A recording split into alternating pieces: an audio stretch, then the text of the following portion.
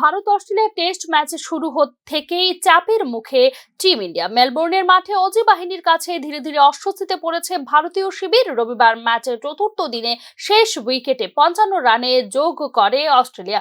দিনের শেষে ভারত 333 রানে পিছিয়ে রইল অজি বাহিনীর কাছে। এতে বিশাল রান তাড়া করতে নেমে ভারত কি জিততে পারবে? লাখ টাকার প্রশ্ন এখন এটাই। তার উপর সোমবার অস্ট্রেলিয়ার পঞ্চম দিনের রান কোথায় গিয়ে দাঁড়াবে সেই বিষয়টিও ভাবাচ্ছে ভারতীয় শিবিরকে। রবিবার ম্যাচের চতুর্থ দিনে 105 রানের লিড নিয়ে খেলতে শুরু করে অস্ট্রেলিয়া। শুরুতেই ব্যাট করতে নেমে একটার পর একটা উইকেট হারাতে থাকে অস্ট্রেলিয়ায়।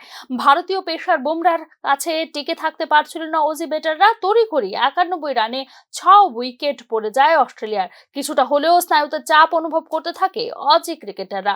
তবে সেই অবস্থা থেকে অস্ট্রেলিয়ার ভাগ্য ফিরিয়ে দেন লাফুসেন ও কামিন্স। তাদের জোড়া ক্যাচ মিস করেন ভারতীয় জেসওয়াল। ভাগ্য ফিরে পেয়ে 70 রানে করেন লাফুসেন ও 41 রান করেন কামিন্স। পরবর্তীতে লিউ ও ভোলেন শেষ উইকেটে 55 রানের জুটি বেঁধে অপরাজিত থাকেন। চতুর্থ দিনের ম্যাচ শেষে অস্ট্রেলিয়া থেকে মোট 333 রানে পিছিয়ে রয়েছে ভারত। এদিকে 9 উইকেটে 228 রান করে অস্ট্রেলিয়া।